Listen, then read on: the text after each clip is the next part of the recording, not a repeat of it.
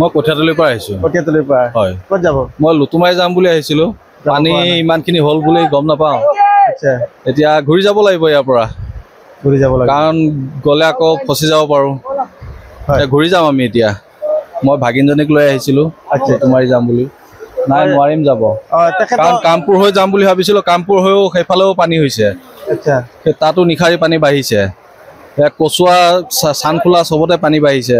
গৈ লাভ নাই, বিপদ হ'বগৈ। পানী আহি পেলাই আমাৰ নগাঁৱৰ পৰা চলিগত ৰাতিয়ে ধৰিছে পানী বুলি আমি গম পাই আছোঁ। দুয়োটা নদী উফুলটো উঠি আছে। কপিলি আৰু নিশাৰীৰ পানী, দুয়োটা পানী একেলগ হৈ পানী বৰ্তমানে বহুত হুৰাহুৰি বাঢ়ি আছে বুলি আমি দেখা পাই আছোঁ। প্ৰশাসনে উদ্ধাৰ কাৰ্য চলাইছে নেকি? প্ৰশাসনে বৰ্তমানে উদ্ধাৰ কাৰ্য চলোৱা নাই। চলিগত প্ৰশাসনে সতৰ্কতা লৈছে।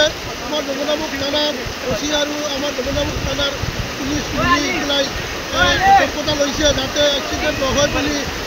যেনেকৈ সতৰ্কতা লৈছে আৰু সৰু যান বাহন চলিগত পাৰ হ'বলৈ দিয়া নাই। বৰ্তমানে ট্ৰেক্টৰেৰে মানুহ পাৰ হৈ আছে বুলি আমি দেখা পাই আছোঁ।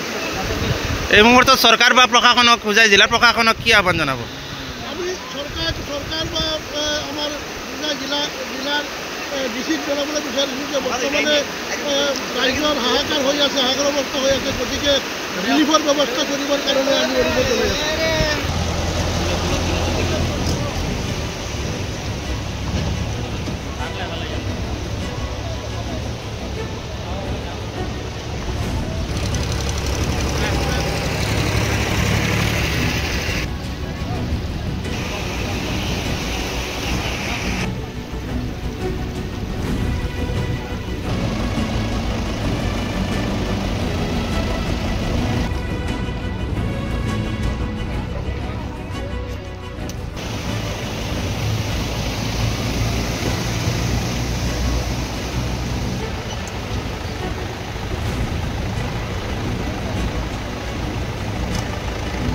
মই কঠিয়াতলিৰ পৰা আহিছোঁ। কঠিয়াতলিৰ পৰা হয়। ক'ত যাব? মই লুতুমাই যাম বুলি আহিছিলোঁ। পানী ইমানখিনি হ'ল বুলি গম নাপাওঁ। আচ্ছা, এতিয়া ঘূৰি যাব লাগিব ইয়াৰ পৰা, ঘূৰি যাব লাগিব। কাৰণ গ'লে আকৌ ফচি যাব পাৰোঁ। ঘূৰি যাম আমি এতিয়া। মই ভাগিনজনীক লৈ আহিছিলোঁ লুতুমাই যাম বুলি। নাই, নোৱাৰিম যাব, কাৰণ কামপুৰ হৈ যাম বুলি ভাবিছিলোঁ। কামপুৰ হৈও সেইফালেও পানী হৈছে। আচ্ছা, তাতো নিশাৰী পানী বাঢ়িছে।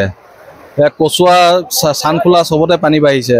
গৈ লাভ নাই, বিপদ হ'বগৈ। পানী আহি পেলাই আমাৰ নগাঁৱৰ পৰা চলিগত ৰাতিয়ে ধৰিছে পানী বুলি আমি গম পাই আছোঁ। দুয়োটা নদী উফুলটো উঠি আছে। কপিলি আৰু নিশাৰীৰ পানী, দুয়োটা পানী একেলগ হৈ পানী বৰ্তমানে বহুত হুৰাহুৰি বাঢ়ি আছে বুলি আমি দেখা পাই আছোঁ।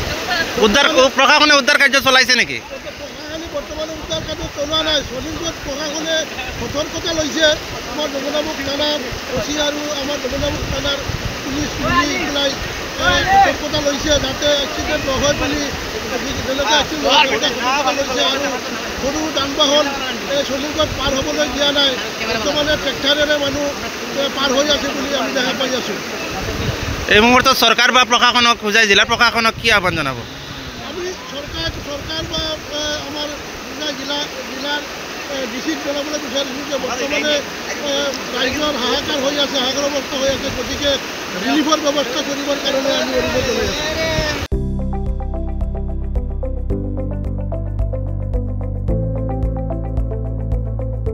NB নিউজ, সহজ সৰল ভাষাত নৱভাৰতৰ কথা।